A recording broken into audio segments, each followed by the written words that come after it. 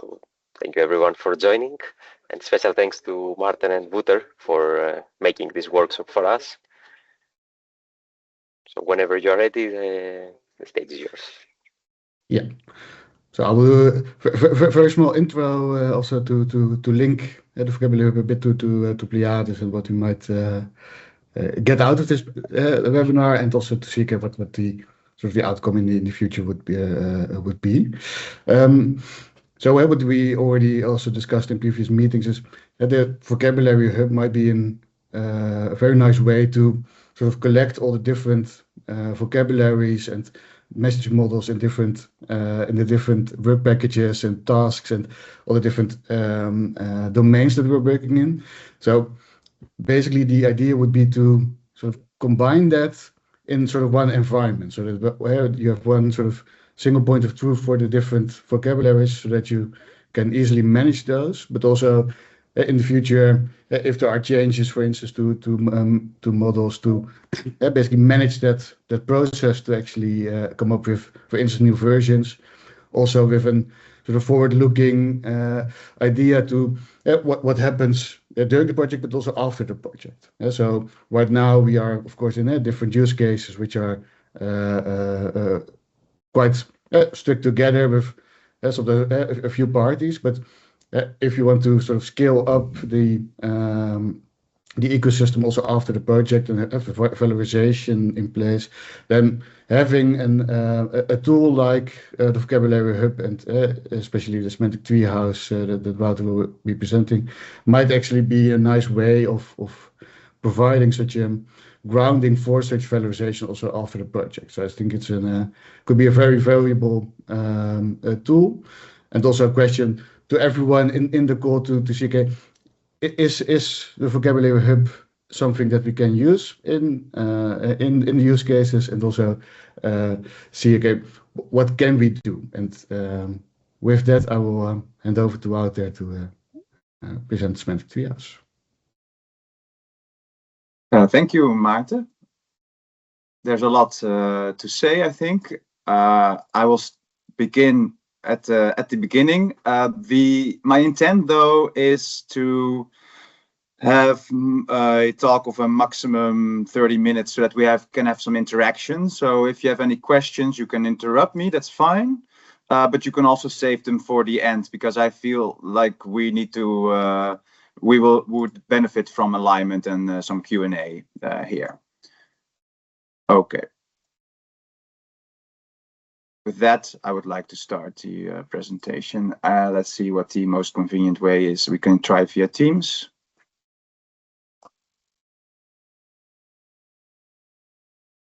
I would like to know, Maarten, when you see the... Yes, it's visible. Yeah, okay. All right, so welcome everyone. I see there's still people joining. We're with 25 participants. This is the PLIADES webinar on the Vocabulary Hub. And the theme today is interoperability. And Maarten already mentioned the Semantic Treehouse. This is an important topic of today. Semantic Treehouse is TNO's implementation of the Vocabulary Hub concept. And like I said, the theme of today is interoperability. And although I will spend roughly 30 minutes for this webinar presentation, I like to present the idea in brief first, so that we have in 1 minute an idea of what we are going to talk about today. The idea in brief is that we're talking about interoperability here, and immediately we need to make a distinction between different interoperability problems. One is knowing that a data set in the PLIADES data spaces exists, and the other one is knowing how to interpret and integrate its contents. And I feel like this distinction is key, because in PLIADES deliverable 5.1, worked on by task 5.1, the former, the first, is solved very nicely with all kinds of components. The talk today is about the second part, knowing how to interpret and integrate the content of the data. So, because organizations need shared specifications to interpret the same way. This is semantic interoperability of the data itself, but also any data consumers need mappings or other alignment resources to actually transform the data in a way, in a format that their local systems use. So what we offer from task 5.2 is Semantic Treehouse as the vocabulary hub. So a place, like Maarten said, a governed home for those specifications and alignment for interpretation and integration respectively. And the link, I will go into more depth of this. The link between the two is that catalog entries in their entry can declare conformance to these specifications in the hub. And that brings us to the end goal, because the end goal is a much more precise search and discovery that becomes possible that way. Now, before I continue, let me introduce myself. My name is Wouter van den Berg. I am part of the TNO team in PLIADES and also one of the team members of the Semantic Treehouse team at TNO. And I have 10 years of experience in semantic standardization and a few years of experience in applying these concepts in the data space context in different domains. I will show you a few examples from different domains later.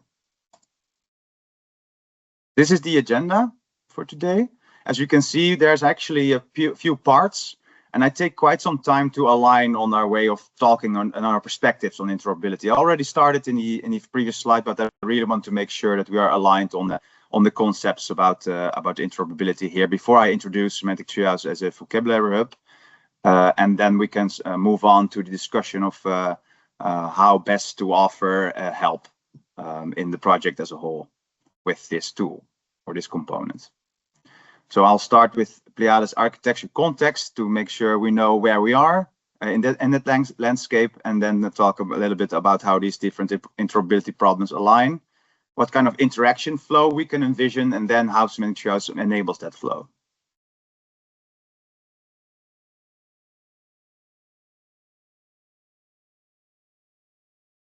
So before I talk about interoperability and the vocabulary component, I want to make sure we're all aligned on the same architecture. And this is from deliverable 2.3. There's a nice funnel going from top to bottom in the middle, data creation all the way towards the bottom layer where work package 5 is. And I want to draw your attention to two boxes in particular: semantics and metadata optimization, which I associate with the work done by task 5.1, and data sharing strategies for interoperability, which I associate with task 5.2. This is where we are.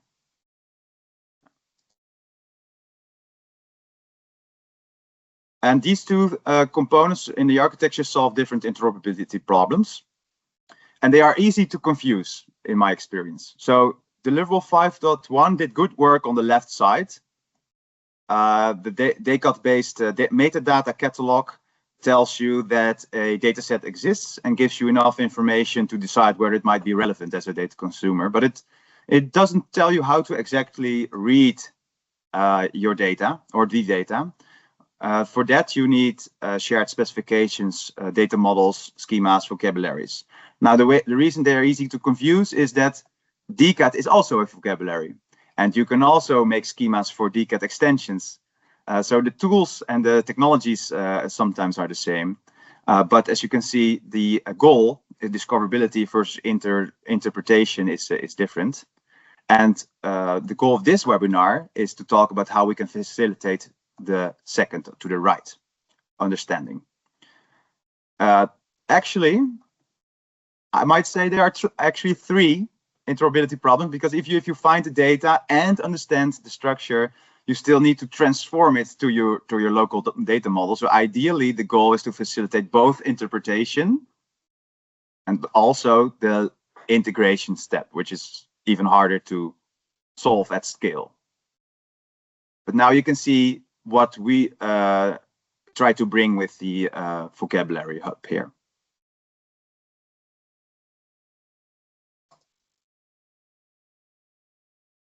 So let's untangle that a little bit more. two interoperability problems, so different interoperability components.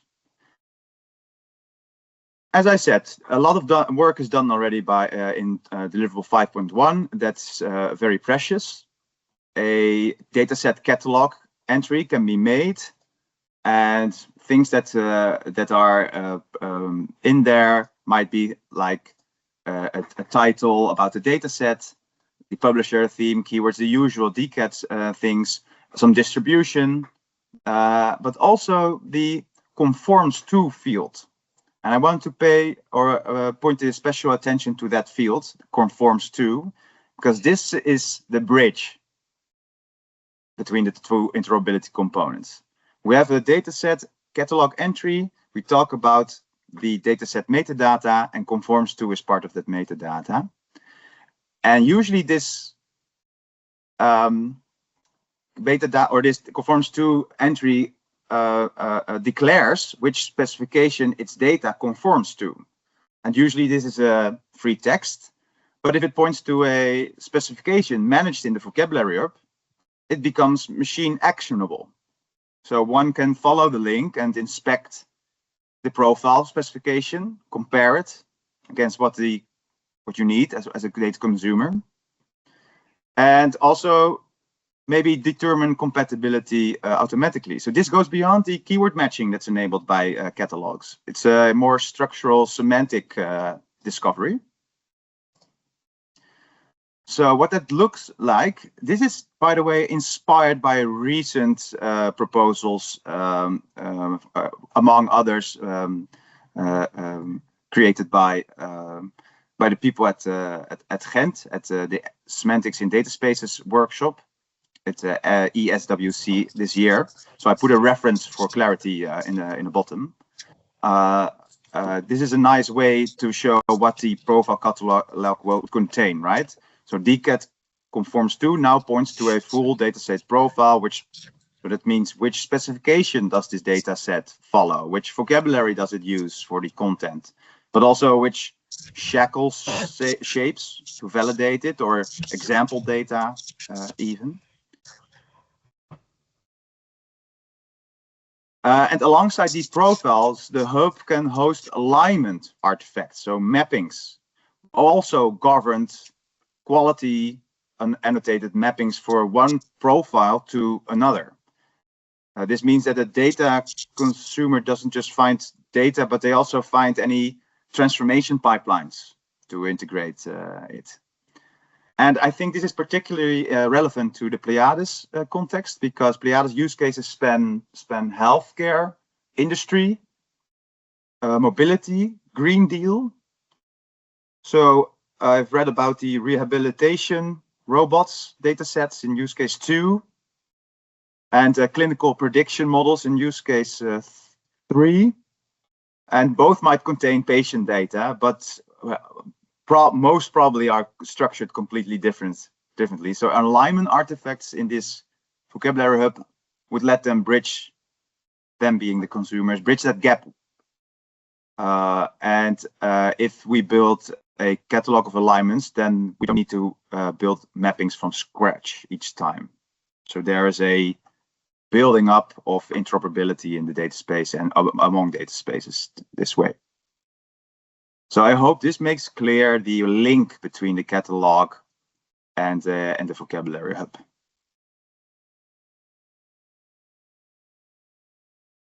So what kind of interactions flows would this enable? And after this, I will show the actual components, Semantic Treehouse. I have a picture here. I will zoom into this, so don't worry about it, but you can see clearly 3 phases: blue, green, let's call it orange. So phase 1 is, and maybe it's easy to zoom in on the actual lanes, right? So the data publisher is on the left, a data consumer is on the right. You could distinguish between data consumer and ecosystem participants, because other ecosystem participants can provide mappings as well as a service. So that's why I concluded that party. And then there's, of course, the 2 interoperability components again, catalog and vocabulary hub, or Semantic Treehouse, our implementation of that.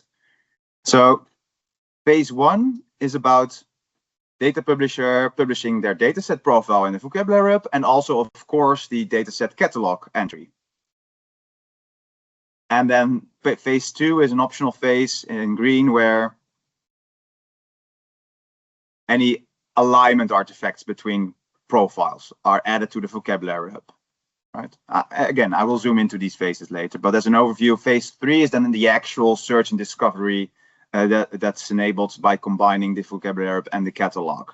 Now consumers can search data sets, not just conforming to the target profile that they need, the semantic structure that they need, but also any profiles that of which we know there is a pipeline and a mapping pipeline that targets their required profile. So without further ado, let's just take this apart.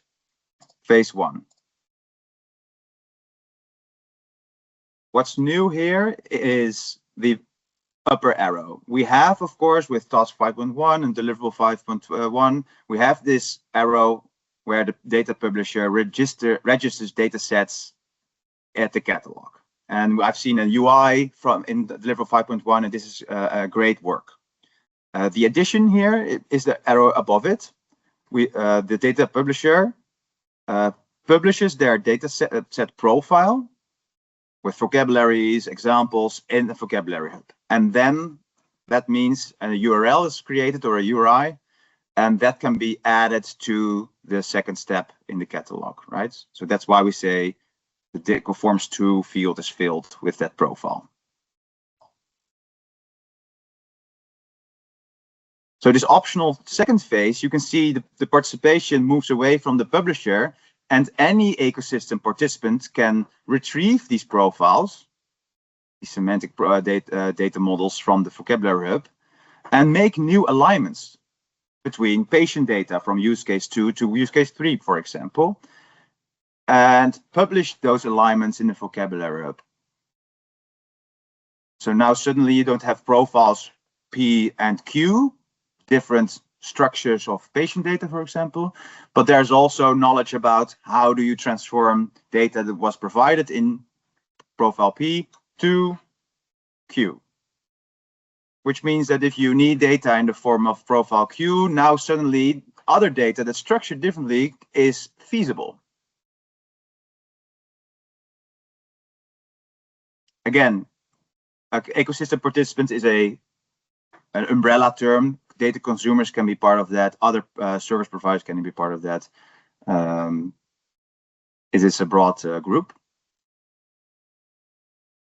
Then interaction flow phase 3. I mean, here you can see the end goal. The data consumer can search for the catalog first for the vocabulary hub.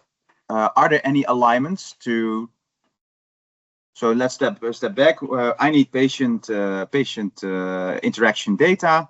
I know what kind of structure I need, but before I ask the catalog to filter any patient's interaction data based on this this profile, I want to check if there are any alignments to my target profile, because then I can loosen the filter query in the catalog and say, well, not just that the target profile is fine, because I know how to handle that data structure, but I'm also interested in data that has a slightly different structure, but of which we know how to transform that. So that's the second arrow from right to left. Now we are ready to query data sets to the catalog conforming to the target profile, but also other source profiles, which we are confident we can integrate. The catalog returns matches, direct matches, but also alignable matches, and then it's up to the data consumer what to do with this result. It will depend, of course, also on the quality of these alignments. Alignments is a notoriously hard problem. But of course, the vocabulary being a governed environment means that any work done on that is remained and can be reused, but more on that later. So I hope, let's see, before I introduce it, I hope this overview is clear because I want to illustrate the actual use of the vocabulary in this flow. So if at this point there are questions, then now would be a good time to ask them about the proposed flow here. Otherwise, I'll continue with a demo. Yeah, I have a question actually. You said that you could transform data structures, like if the client or the participant asks for a different data structure, you could convert them. I didn't get that. Like, what do you mean by that? It's all tabular data. It's all time series data, right? So how does the conversion work?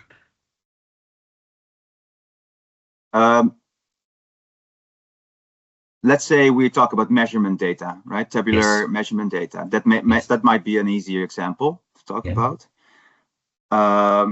Measurement data comes in all kinds of structures, even if all these variants are tables, different field column names, you have different ranges. All this variety can be described in the data model, right? What is the meaning of our column headers? What is the allowed range in each cell? That sort of thing. And you allow you allow nested data as well? Of course, yes, certainly. So I'm not presupposing tabular data. I'm thinking about trees like JSON, XML. Certainly, yeah. Okay, but no relational data. Right. So I'm presupposing open web standards for data exchange. So CSV, XML, JSON, but also RDF. Yeah. Okay, cool. Yeah. Does it answer your question? So no, sorry. Well, just I got more questions while you explained. But so how does the conversion work? That's where we stopped. Yeah. So I think more will be clear as I demonstrate. But the conversion, the way we think about mappings and alignment is really twofold. So this that helps to bring it back to this table. I think we're back to slide 9, right? The early slide. Yeah. Yeah. So there is a conceptual alignment. Does this column header actually conceptually is equivalent to the column header in the other data set, right? Are we talking about the same thing? Yeah.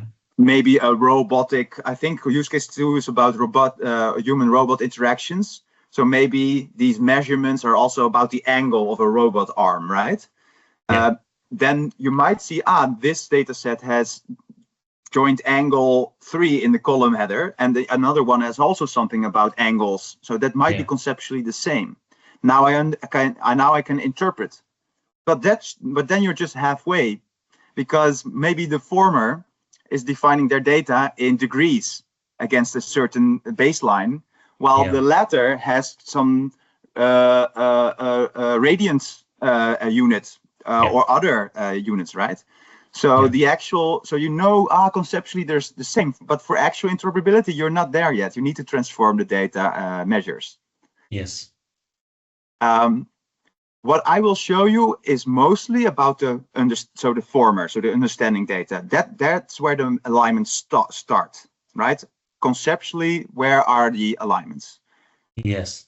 And then secondly, you can annotate those conceptual lines with, well, how would you actually transform field A to field B? I see. But this assumes that the column has like an independently measured value, right? Because if, for example, if you change the angle of whatever the joint angle, it also means that the angle of the measuring device also changed. Like you have 2 columns that are actually interconnected. So if you change one, you actually need to convert the other one as well. Yeah, that's why I will show you in the demo in the vocabulary hub. You'll usually use the whole context of the message or the data set, so that you can say, well, actually, if you transform field A to B, then field A2 really needs to transform this way because they are interlinked like that. So it's the alignment is on the profile as a whole.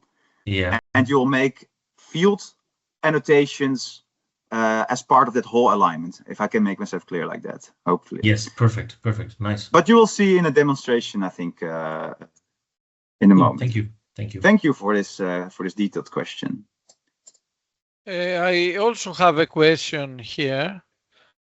Should I return? Okay, I'll return. Yes. I understand that this is just an example, but I'm a little bit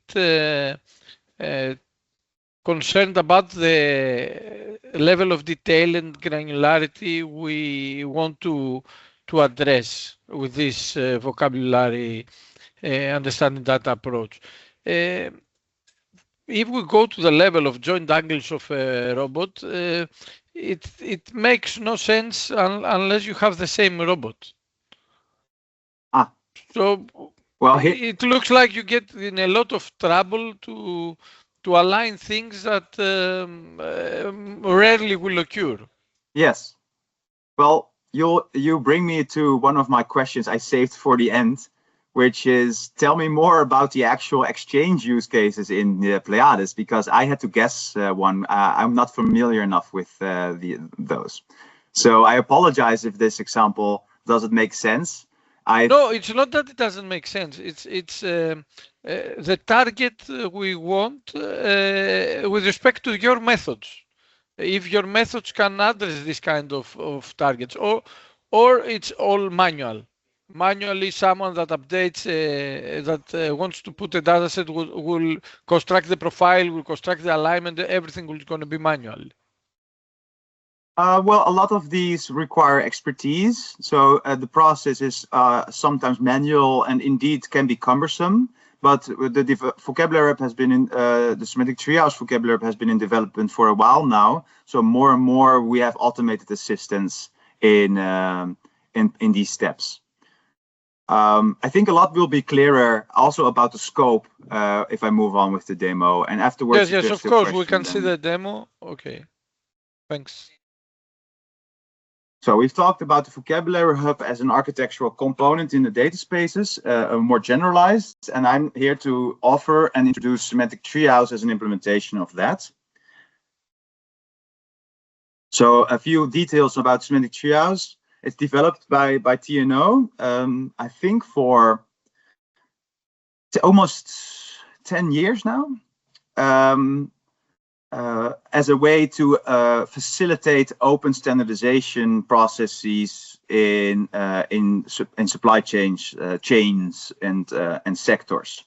And in the last 5 years or so, it's been more purposely been designed as the vocabulary hub function in data spaces. So the main features you see is publishing common or shared data models for interoperability, and maintaining the interoperability that way by allowing like GitHub style issue management for collaborative maintenance. The key goal of Semantic Treehouse has been, if organizations need to interoperate in their processes in whatever sector, be it logistics or health or energy, they need to align on common message formats or data models. And if they are aligned, these alignments need to be fostered and protected and maintained. And finally, validation services for adopting parties. Does my data conform to these common data models is also part of the scope of Semantic Treehouse. It's an open source tool. TNO, of course, is an independent research and technology organization in the Netherlands. So we've built this in an open source way. There's documentation here, and we have went ahead and deployed an instance for PLIADES at pliades.vocabulary-hub.eu. But I have to warn you, content-wise, it's still empty. There's also, if you log in, there's also you will be asked to authenticate with one of your ID providers. But I digress. Let's first have an overview of the web application that is Semantic Treehouse. And for that, I've taken, let me start this over. I've taken another instance for the agricultural domain, but the general user interface applies. So the most important thing, of course, in the vocabulary app is that you can browse these specifications that we mentioned in the previous slides. Both the profiles and the alignments. And since profiles use vocabularies like ontologies, these are browsable as well. There's different groups. In the PLIADES deployment, we also can make different groups for each, one for each data space, for example, or one for each use case. This is configurable by the maintainers of this platform. So next to, if you open one of these specifications, you can specify meaning on the level of the column headers or the fields, whatever. If you use tables or JSON, these structures are abstracted here, and the profiles to the left show the structure, and to the right you will see details about these fields. And this is where you can specify meaning, add cardinality or multiplicity constraints, and even add more fields if your data is changing. In this case, the production date field is specified with a definition. And this you do for, you know, the whole. So you're specifying the whole set of fields. No data. So this is all metadata, right? These are just the column headers. So in the example of Dr. Lehmann earlier. But other more complicated hierarchies and trees are possible. Then there's the alignments. Of course, especially in PLIADES, again, use cases will have different data structures. If you take one to the, this was also the case for the agricultural data space. If you take a food loss measurement message to the left and completely other one to the right, the question becomes, how do they relate? And here you can see two fields have been aligned with more annotation about the alignment in the middle. The alignment itself being also one of the specification that can be viewed and maintained and versioned in here.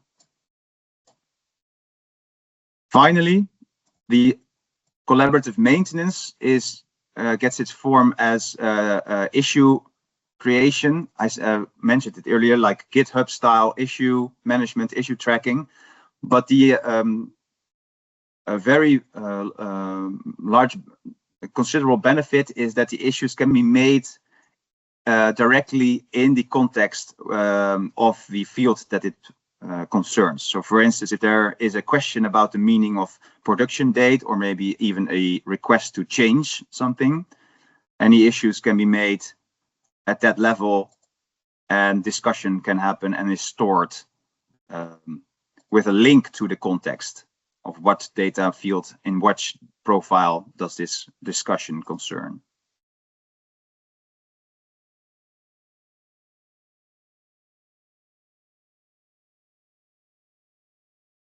There are instances of Semantic Treehouse that have been live for 6 years or so, and you can imagine that having discussions from a long time ago is a considerable knowledge management benefit.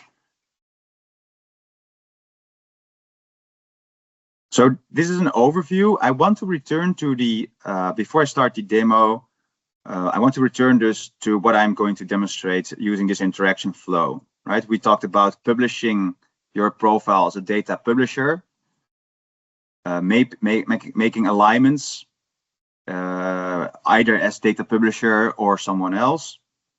And then so that in phase 3, semantic-based search and discovery it becomes possible. So let's see how this step works, what this step looks like in Semantic Treehouse. And for that, I will start sharing these slides. And I will move to my browser. Please hold on. Sorry, I have a question. Sorry for interrupting. This time, the data publisher is inside, or it's connected to the box as well that you drew inside. In the slides that you showed before, the data publisher was just standing alone. Why is that? Well, now that you mentioned that, I will have to return to the slides. Let me go back. It might just be a typo or a bug in the slides, but let's see what you mean. We talked about, oh, Let's see. Okay, we're back. Yes, Can you here, repeat like your the blue box, the big blue box, and it Yeah. just includes the data publisher. Yeah. And in the interactions flow that you showed before, the data publisher was not did not contain any box or something. It was just separate. I don't know exactly what you mean, to be honest. The space one. Yeah, can you go back to just a few slides? Yeah, I will. Oh, we're Well, quite a lot further ahead already. So this is where we left off. Yeah. And this is the overview. Yeah. And this is Treehouse, one of the a few screens. Yeah. Have a look at the data publisher. It's just standing alone on the left side. Yeah. There's no. Yeah, that's right. Because this phase is the interaction during the search and discovery by the data consumer. So we presuppose that in earlier phases, the data publisher has had time to fill the catalog and vocabulary with their metadata. And that's it. Data publisher is done then. Yes, in this flow it is. So the data publisher publishes their data. Possibly anyone, including possibly the data publisher, but anyone else can do this as well, can say, wait, these profiles align in this way. Yeah. And then the data consumer's turn is to say, well, actually, let's search and discover data using the filled-in catalog and vocabulary. I see. Everything's enough. Thank you. And actually, the ecosystem participant can be anyone. Can actually be the data publisher as well there. So, yes, it's a drawback from this visualization, but that's what I'm trying to say. Indeed. It's not out of the question to have the publisher change something as a participant of the ecosystem. No, in fact, it's likely, of course, because any alignment requires quite the domain expertise, and the data publisher can be considered an expert on at least half of the alignment. So it's likely, yes. Okay, so with that confusion out of the way, I would like to move towards the demonstration of this step here.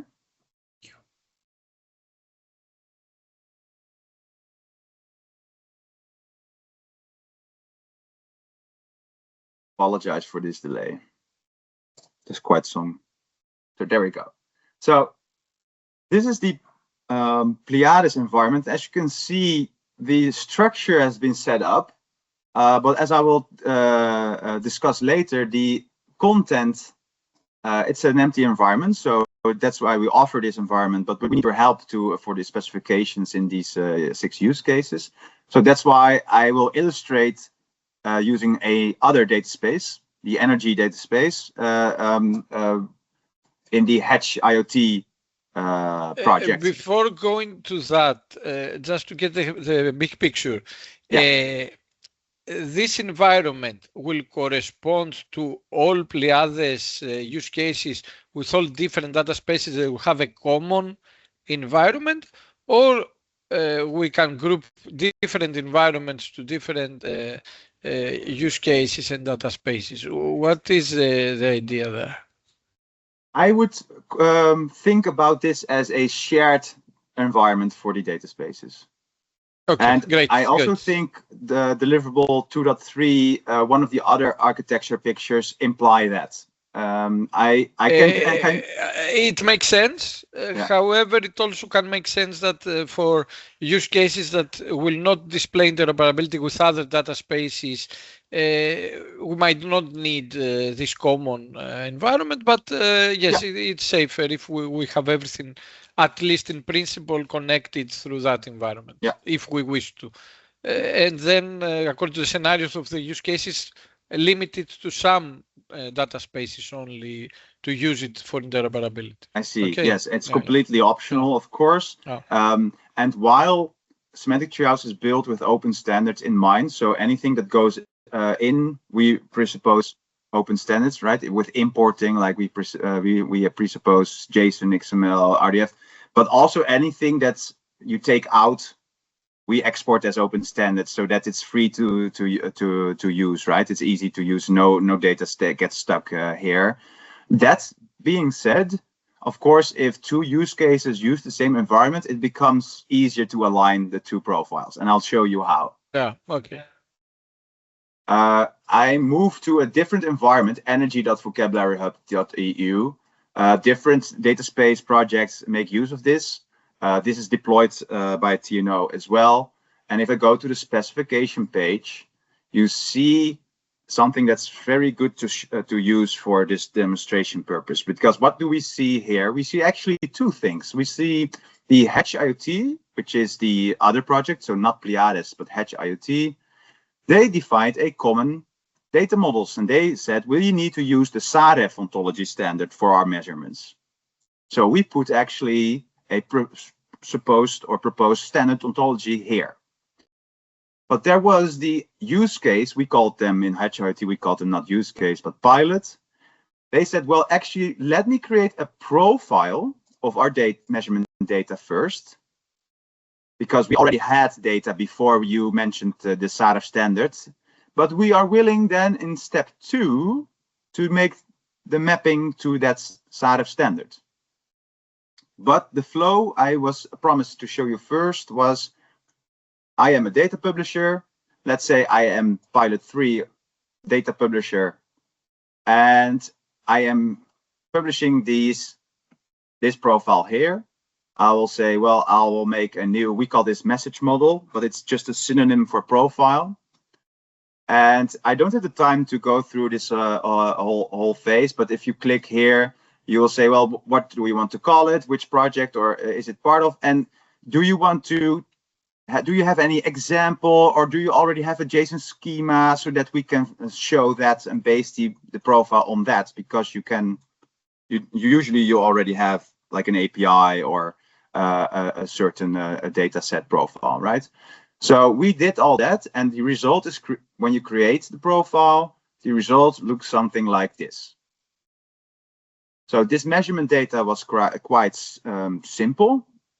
We can expand it a little bit. You see, there's a lot of measurements actually. So here's the structure with the cardinality. This is an optional field. These are required fields. Now we start to understand the structure of the data. If this would be a table, these would be the column headers. Right? But if you click on certain fields, this is the point where you get to semantically annotate the field. And of course, the definition can be quite short, but also quite extensive. Extensive might be preferable for reuse purposes and interoperability purposes. But if there's still ambiguity, you can use the issue tracking or the issue mechanism to ask, wait, to ask these data publishers, wait, do you mean the device ID, or is this the observation actually? And then there can be an interaction between the data publisher and anyone asking these questions here. The existence of this discussion is notified with these symbols. Data time, measurement time. This is quite a simple example. Perhaps here you could add an example message here, an example data. This would be convenient for others to interpret the data. So this is a question to the data publishers. How far do you go to, how much effort do you spend in profiling, right?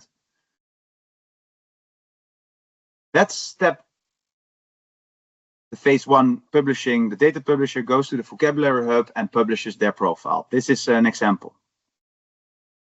And I don't want to change the sharing the screen here, so I want to take you along to the phase 2. Remember the green phase where any ecosystem participant says, well, actually there's an alignment here. This too goes through the same view.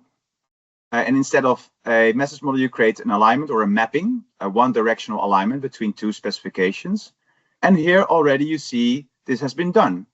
The alignment between the profile that was submitted by the data publisher and the offered standard for these measurements.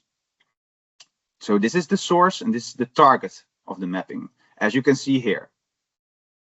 Pilot 3 to the south. So this is the alignment between these two profiles. This too can be versioned, right? It can be improved. There can be mistakes. So if you click here, you see actually there was an initial version. We found some improvements and we published that. There's also the export, because like I said, it's open standards in and open standards out for this platform. So you can reuse this mapping information outside of the platform. And let's have a look. Now we see a lot. We see 3 columns, and that makes sense because we have the source profile, we have the target profile, and we have to the left the actual information about the alignment. And we can expand again a little bit to see the depth of both. And of course, the reality of many mapping exercises is that the mapping is not perfect or possible every time or everywhere. In fact, mapping exercises are difficult and complicated. But here you can see, there are matches here. Pod matches, pod in the source profile matches has identifier in the standard. This is very good to know. And also the required fields are bold-faced, indicating that these are at least included in the mapping. And here in the middle, you see more mapping information. So what's actually the status? Are we sure about this, or is this a proposal in our collaborative mapping exercise? What is the predicate here? Is it an exact match, or maybe this is a close match? This is, of course, it's the SCOS standard vocabulary for these predicates. And I think this was also mentioned before, but is it a manual? Yes. Well, we can say this mapping has been made through a manual curation, but of course, in this day and age of AI, we are designing also for AI suggested mappings. And in fact, we will roll out AI suggested mappings in this vocabulary shortly. I hope this gives an idea of what the abstract interaction flows looks like in the actual use of the vocabulary hub. This concludes the demo for phase 2. And I think I will return to the slides because I am way over my time already, actually. Okay, I have another big picture question. Who becomes a member of these environments? I saw in your example you have a group of the project members. Yeah. So in our use cases, it's going to be a group of all the use case members, something like that. What is the idea?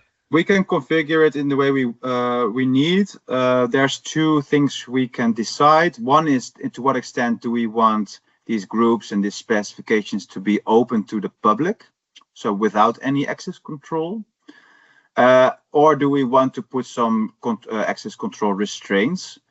If you visit the PLIADES environment, for example, you might need to authenticate first, but you can configure that even without authenticating, people can view the specifications.